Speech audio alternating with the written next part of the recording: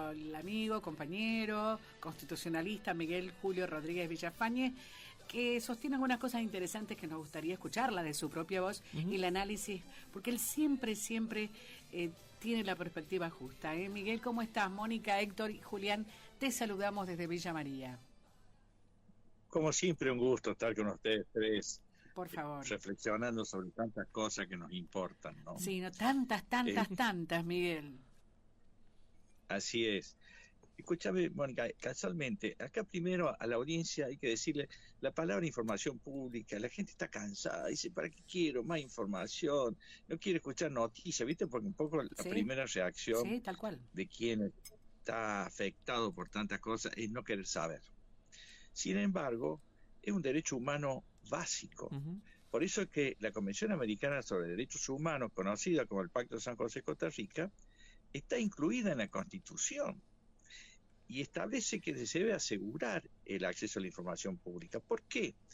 Porque el Estado lo administra a personas que nosotros le delegamos esa facultad. Pero queremos saber, como cualquier persona, si usted le da un poder a una persona para que la administre bien, saber qué está pasando. Este es un tema muy importante que la sociedad tiene que tener en claro la importancia de acceder a la información. A su vez, fíjate, ya en la Argentina, demoradamente, pero en el año 2016 se dictó la ley que regula el derecho a acceso a la información pública. Pero ahora mi ley, por un decreto 780, de ahora a comienzo de septiembre, reglamentó algunas cosas de la ley que también viola la Constitución Nacional. Porque la Constitución dice que cuando se regula la ley, o sea, cuando se le dicta un reglamento, primero, nunca puede ser de manera tal que complique el ejercicio del derecho. Y acá, fíjate, le incorporó algunos detalles medio sutiles. Por ejemplo, dice, todo pedido de información tiene que ser hecho de buena fe. Es un concepto medio abstracto. Claro, ¿qué debe entenderse por buena fe? Lo grave de eso, que deja en manos del funcionario determinar si hay buena o mala fe, o sea, si hay abuso del derecho. Esto puede traer como consecuencia dos cosas graves. Una, que incluso se puede ir amenazando a la persona de ir a la justicia civil y pedirle daños y perjuicios si es que considera que ha producido un daño. Pero a su vez, lo más grave es que lo que le podría pasar a ustedes como periodistas. Preguntan una cosa y dicen, no, mire, usted lo hace de mala fe, porque usted no me quiere y me hace esta pregunta de mala fe. Por supuesto, es inaceptable.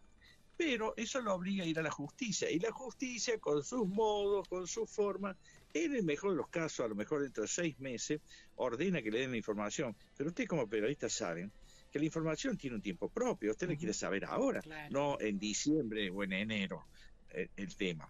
Fíjate, por eso países como México, con el cual he ido varias veces y tengo contacto, ha generado comisiones de acceso a la información pública que están integrados tanto por representantes de la mayoría y la minoría, que son autónomas del Estado y que tienen obligación de controlar que el Estado no oculte información y que la brinde en tiempo propio. Fíjate que esto es muy importante porque esta ley dice, por ejemplo, ya hay un precedente que es gravísimo. Acá el procurador del Tesoro, Rodolfo Barra, explico, el procurador del Tesoro es el jefe de todos los abogados de la nación, ¿no? Ante un pedido de respuesta a una consulta de Karina Milei, dijo que los pedidos de acceso a la información sobre los perros de Milei es información privada y no tiene que darla. Digo, parame un poquito.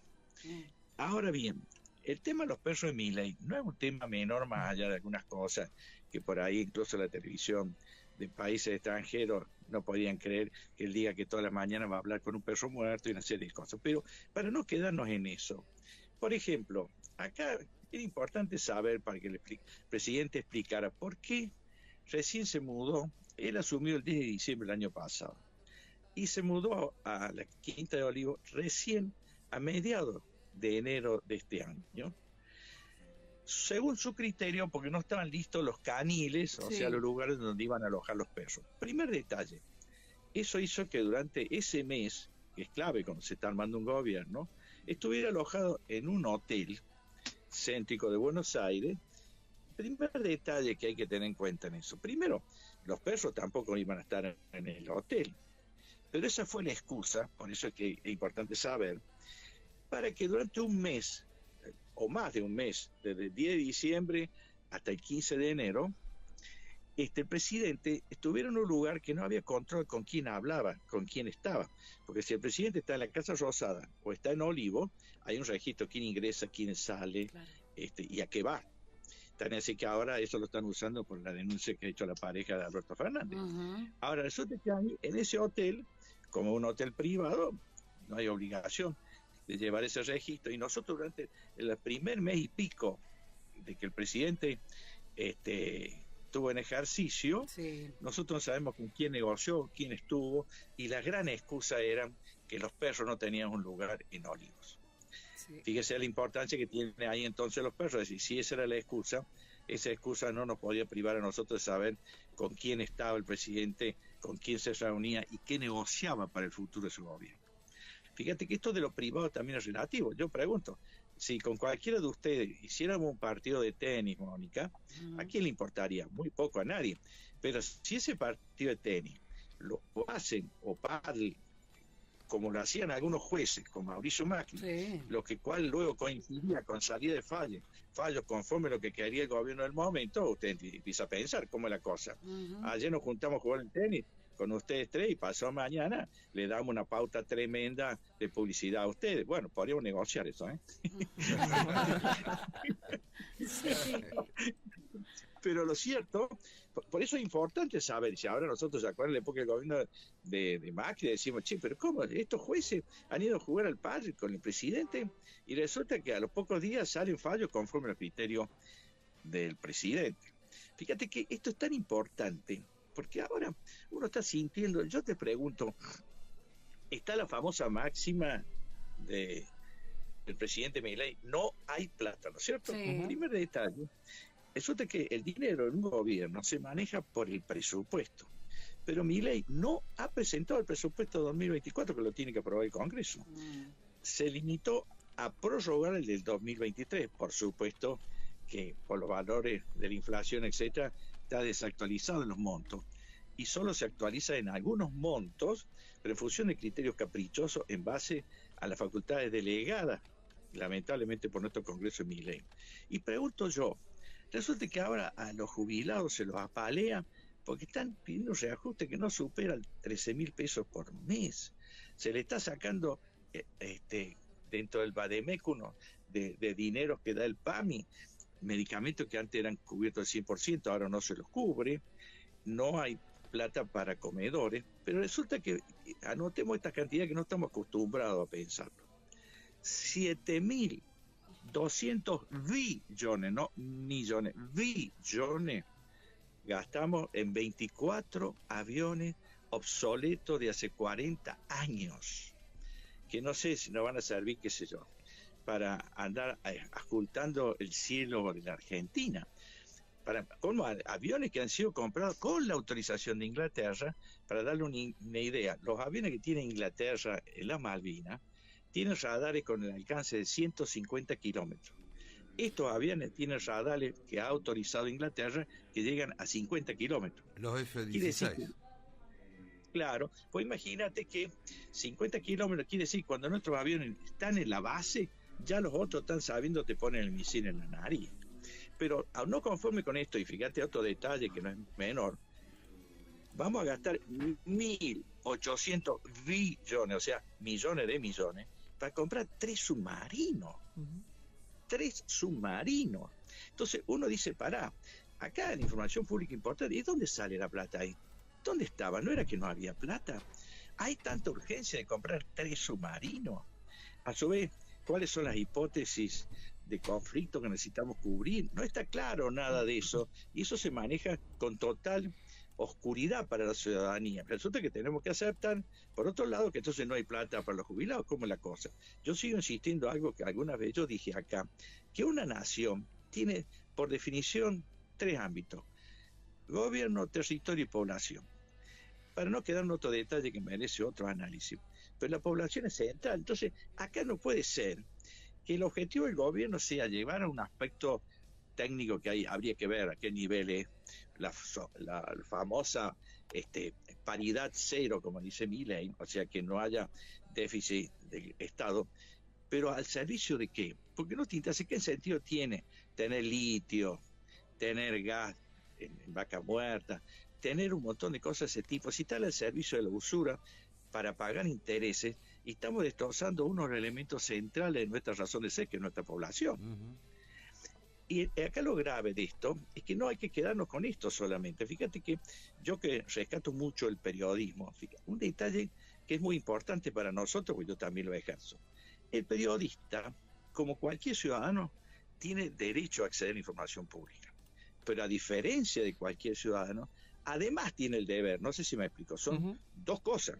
Ustedes tienen derecho a saberlo, pero por otro lado, como ustedes tienen la representación implícita de la sociedad, tienen obligación, no es ya solamente derecho, sino obligación. Está claro, ¿no es cierto?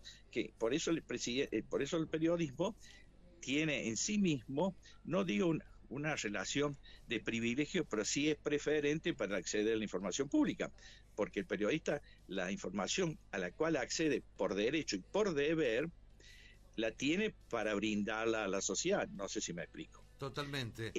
En ese contexto. Sí. No, lo escucho, Miguel, lo escucho. Fíjate, pero en ese contexto, el vocero presidencial, Manuel Adorni, ha llegado a decir en un diálogo con el periodista, bueno, le queda grande, Luis Majul, en La Nación N, en septiembre de este año, pero escúchame esto, dice, vamos a hacer una sala de prensa de élite, con periodistas que pueden demostrar que merecen estar cerca del presidente. Para el presidente, el periodista no tiene por qué estar cerca o lejos del presidente. Pero todos sabemos quiénes serían esos periodistas. Sabemos de qué medios serían. Ya sé, pero la obligación del periodista es sacar la información. No tiene por ser ni enemigo ni amigo el presidente. Tiene que objetivar la información. Y fíjate lo que sigue diciendo. La excelencia a los efectos de acreditar medios, para acreditar medios según su alcance, según su audiencia, y exigiendo determinadas características a los periodistas en términos de la experiencia y que tenga relación de dependencia con los medios. Fíjate, a veces me llama la atención que muchas organizaciones no han salido al cruce esto, que es gravísimo. Fíjate detalle. Si no sos amigo del presidente, no te voy a dar información. A su vez, para ser acreditado ahí, tenés que mostrar que tu medio tenga audiencia, que a su vez esté en relación de dependencia, el periodista que es freelance, y ustedes dirán, ¿qué importancia tiene si ahora por Radio Nacional transmiten las conferencias, mal llamadas conferencias, porque son monólogos del vocero presidencial? Si la escuchamos todos, sí, pero una cosa es escucharlo, otro estar en la sala de prensa y preguntar. Ustedes saben, como periodista, la clave no es solamente el verso que yo le dé, sino la repregunta. Con mayor razón a nivel federal. Como medio, por ejemplo, si ustedes quisieran acreditar legítimamente, ¿cierto? Dentro de lo que es un valioso programa como el que tiene, y la radio regional de Villa María, se lo aceptaría a Adorni que tuviéramos acreditado el medio y que alguno de ustedes pueda estar ahí, no solamente para escuchar lo que les venden envasados, sino para preguntar, incluso preguntas con intereses locales también, porque acá en ese lugar van determinados periodistas, falta que le escriban las preguntas antes, y a su vez, con qué criterio. Cada vez más lo federal está desapareciendo. Totalmente. Fíjese que uno de los criterios que hoy tenemos un día de duelo. ¿Por qué? Al hecho que ya Radio Nacional solo está transmitiendo muy pocos programas que no se han sacado de Buenos Aires. Hoy estamos de duelo porque los servicios de radio y televisión de la Universidad Nacional de Córdoba mataron un espacio. Sí. Porque ahora tanto la AM y la FM se han unificado. ¿Y esto qué significa? No brindar un mejor servicio. Ha significado echar la mitad de la perspectiva que nos regalaban todos los días para escuchar a tantos periodistas y a tantas opciones periodísticas de Córdoba. Miguel, fíjate que sí. No quiero dejar pasar porque por ahí queda descolgado. No, digo, volver al principio en cuanto a la libertad, ¿no? De prensa real y verdadera. A mí me preocupa mucho porque primero, bueno, han cerrado absolutamente ya Telam, no se recibe ningún informe desde allí y desde aquí, desde el interior, pensando en una Argentina federal, el hecho concreto de no conocer, de no poder conocer la agenda del presidente, de no poder conocer cómo se maneja, mire, hay una situación puntual, se llevaron el oro y nadie sabe dónde fue y cómo fue y cuáles son los motivos. Bien. Entonces cada vez quedamos en el interior del país, en la Argentina profunda, más desconectados con la realidad, con lo que ocurre, porque la justicia, con relación a estos actos gubernamentales, es muchísimo más lenta. O sea, por más que se... Y además, y coincido contigo, pero aquí además tenemos que sumar, porque esta es una enfermedad que tiene varias causas, ¿no? En un sistema que funcionara integral, o sea, que todas las cosas anduvieran adecuadamente, primero, no tendríamos un Congreso que haya cedido sus facultades de la forma que la han cedido en la ley base. Y claro. Y segundo, hay un poder judicial, no todo el país tiene más de 5.000 jueces y juezas, hay mucha gente honorable y de bien, pero en cierta forma están callados. Primero, porque las instancias superiores no están a la altura de las circunstancias, y uno se pregunta, la otra vez, cuando los senadores, para dolor de todos nosotros, se subieron los sueldos arriba de los 9 millones de pesos, aún así, sin justificarlo, de bolsillo era 7.800.000, porque los senadores pagan impuestos a las ganancias.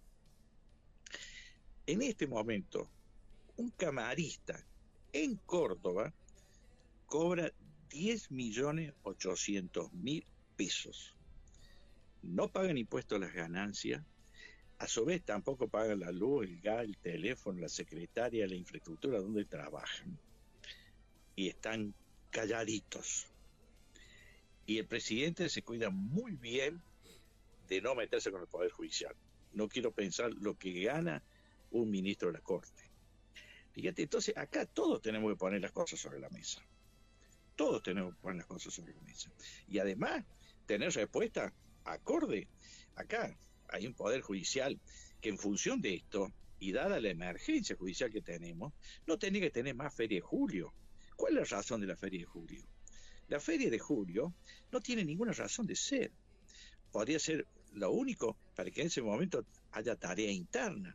Pues fíjate, no hay ningún trabajo en el mundo en donde vos tengas nada menos que cerca prácticamente 45 días de licencias pagas por año, 10 días en julio y 31 días en enero. Claro, sí, sí. Entonces, eso tenemos que empezarlo a hablar. Sí que esto me trae como consecuencia que muchos jueces o juezas se pueden sentir mal conmigo, pero eso es objetivo. Yo pregunto, tener un Poder Judicial paralizado, que encima de eso no siempre está acorde a las necesidades de la urgencia que hay, ¿no es cierto? Pero vos vas y te encontrás que el juez entonces no está compensando feria. Yo podría decir, con la feria solo se compensa en febrero. No puede ser que te tomen, te enganchen la feria de julio con la de enero, entonces el juez se vaya todo julio y vuelva a mediados de agosto, te paraliza todos los tribunales colegiados. Acá acabémosla con eso. Ahora, ¿quién se mete con el Poder Judicial si tiene la cola sucia? Acá el tema es, señores, empecemos de nuevo en esto.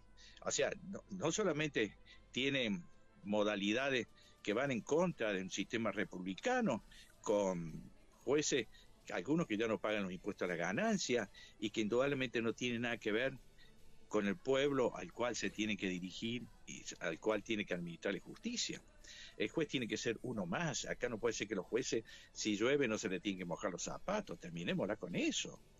Entonces, acá el tema es integral. Entonces, si nosotros tenemos un Poder Ejecutivo que viene a dinamitar el Estado, segundo, al cual la conciencia de nuestros representantes, basta recordar lo que dijo el diputado cordobés de Laredo, que dijo, esto afecta a la República, no podemos darle a un presidente impredecible estas facultades, pero para que después no diga que no lo dejamos gobernar, se la concedemos por un año. Sí, increíble, ¿Cómo es increíble. ¿Cómo puede ser eso?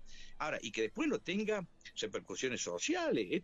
Son representantes nuestros que tenemos que pedirle explicación. Un poder ejecutivo que viene a destrozarnos. Un poder legislativo que directamente no está a la altura de su función. Y un poder judicial que mira para el otro lado, no vaya a ser que le toquen sus privilegios.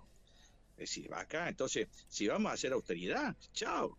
¿Cómo puede ser que haya personas que tengan 45 días o más, depende del lugar del país, hay más días o menos de feria en julio por año, y mientras tanto esto no se arregle? Yo te digo, la primera medida que tomaría, se acabó la feria en julio. Habría, como se pasa en los bancos, hay un día que tarea interna para que no haya más litigiosidad. Vos sabés lo que se haría, que tenés 15 días en julio para poder sacar fallos.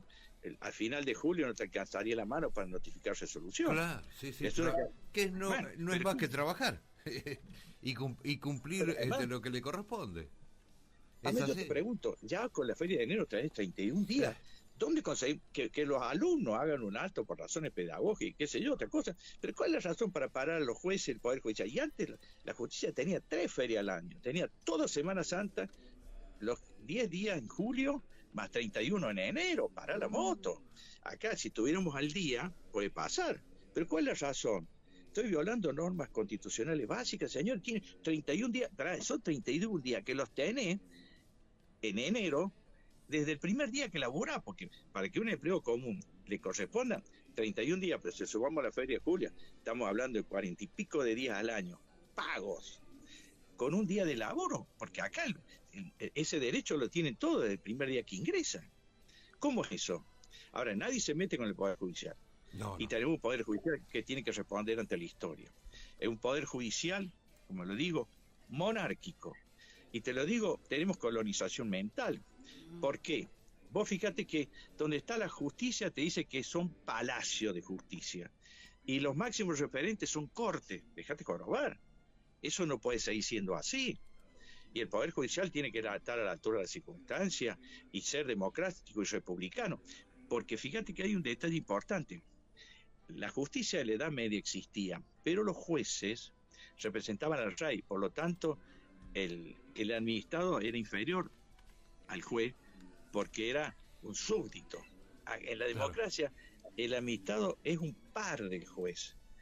Son distintos roles nada más, pero el juez no puede tener más privilegios o situaciones que a quien luego le impone nada menos que analizar su vida, su libertad y sus bienes. Esto tiene que ser con testimonio, tiene que ser transparentado. Acá no puede ser que haya jueces que a nivel nacional tengan fortuna con solo sus ingresos o privilegios de algún tipo. Bueno, alguna vez vamos a tener que hablar de eso en serio. Totalmente. Si no, hay de tantos temas que tenemos que hablar seriamente desde ahora en más, pero quería retomar, más allá de agradecerle, Miguel, como siempre, el tiempo que nos entrega y sus conceptos. Quería retomar tomar nuevamente el guante de los legisladores en una semana que realmente está muy complicada por marchas, por el tratamiento de la movilidad jubilatoria, el veto en particular. Usted hablaba de un discurso y luego votar de otra manera. ¿Qué ocurrirá esta semana con aquellos que votaron a favor de la movilidad y que después el jefe salió a decir que estaba a favor del veto? Bueno, empecemos a pensar traidores al pueblo, porque llega un momento en que uno dice, la verdad, las movilizaciones son muy importantes. Lo que pasa es que estamos ante un gobierno que está amortizado en eso, ¿viste? En el sentido que no les importa. Ellos directamente le pegan para adelante. Creen, por ejemplo, por algo pasó que apenas asumió. Antes de dictar el DNU 70, lo primero que salió el protocolo inconstitucional de la Bullrich en contra de la posibilidad de las manifestaciones. Claro. Y además, por un lado, habla en el mundo de libertad. La libertad avanza. Resulta que la Corte Interamericana de Derechos Humanos señaló concretamente que una sociedad que no está bien informada no es plenamente libre. Por eso, acá retrocede la libertad y sin embargo nos quieren vender ante el mundo como que tenemos la mejor libertad, que no es así. Y la única libertad que tenemos es para todos los días estar peor y eso no lo podemos aceptar. Y que a nuestros viejos les hayan pegado, les hayan tirado cosas graves en los ojos, fíjate si esos pimientas, esos gases, a una persona cualquiera le hace mal, pero una persona que ya con su edad tenga glaucoma, tenga algún tipo de problema, ¿Cómo? se los complica aún más. No, pero aparte eso viene de Vietnam, por supuesto. de pruebas que se han hecho y casi irrisorio el hecho concreto de que cada tarrito valga lo mismo que un haber jubilatorio, ¿no? Por eso te digo, acá hay una serie de cosas, porque por eso, volviendo a lo que te digo de Radio Universidad, esta mañana el eje de Radio Universidad es que vuelve a la televisión Susana Jiménez, la mujer que dijo que... Claro, muy bien, noticias, no sé si lo trataron usted esta mañana, es central ese tema. No, la mujer que dijo que... Dicen eso mientras han eliminado programas de la radio, del multimedia, Miguel. Eso es lo triste. Sí. Hay programación con música y han unificado todo ahora. Es grave lo de los SRT. Han comprado comedias mexicanas. Sí. En la TV pública, estamos hablando de los SRT. Sí. Ahora tenemos como fíjate, ahora parece casi una subversiva mi Telegram, porque por ahí hace alguna pregunta incómoda. Sí, pero la Susana Jiménez dijo que prefería vivir en Punta del Este porque en la Argentina le robaban con los impuestos, después de haber hecho, digamos, incorporar un auto como si fuera de un lisiado. Pero no viene el caso, digo. Pero la noticia de hoy, yo no sé si ustedes no lo han tratado, es que vuelve Susana Jiménez, por favor. Por favor. Por favor. Es así, Miguel. Bueno, sí. Espero que tenga una buena jornada, Miguel, y lo volveremos a molestar seguramente. Como siempre, un lujo hablar con ustedes. Fuerza a todos ustedes y a su audiencia. Un abrazo. Que tenga una buena semana, Miguel. Un abrazo grande. Gracias, suerte. Bueno, ahí estaba Miguel Rodríguez Villafañe hablando. En realidad queríamos hablar de la libertad de prensa, pero nos fuimos también a hablar de la justicia. Es muy hablado. Es muy hablado.